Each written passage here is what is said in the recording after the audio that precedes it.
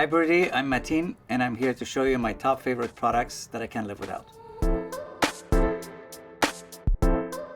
First up is a face oil. It's the most important thing for me. I've always used an oil instead of a cream. This oil that I'm using is by Eyeliner, and it's called Beauty Secret Oil. It's a little spray that you put on your hand and then just massage it on the face. It's for all over the body, hair, everything. Next, healthy lips are the most important thing. So I really love the Chapstick Total Hydration, and the Total Hydration Plus Tint adds a little bit of allure, a little bit of beauty while you're doing the makeup. So I put on a swipe of this over a lip oil, and I also send my clients with this because I don't trust them with a full lipstick to touch up on their own.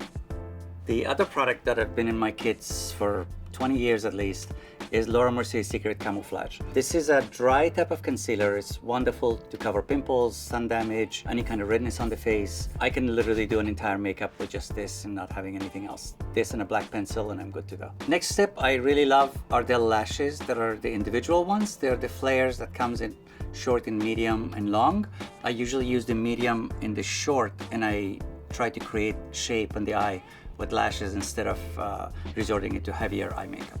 So it makes my job a lot easier to create a nice cat eye without putting a whole bunch of makeup on. Last but not least is the kajal that I have made in Afghanistan.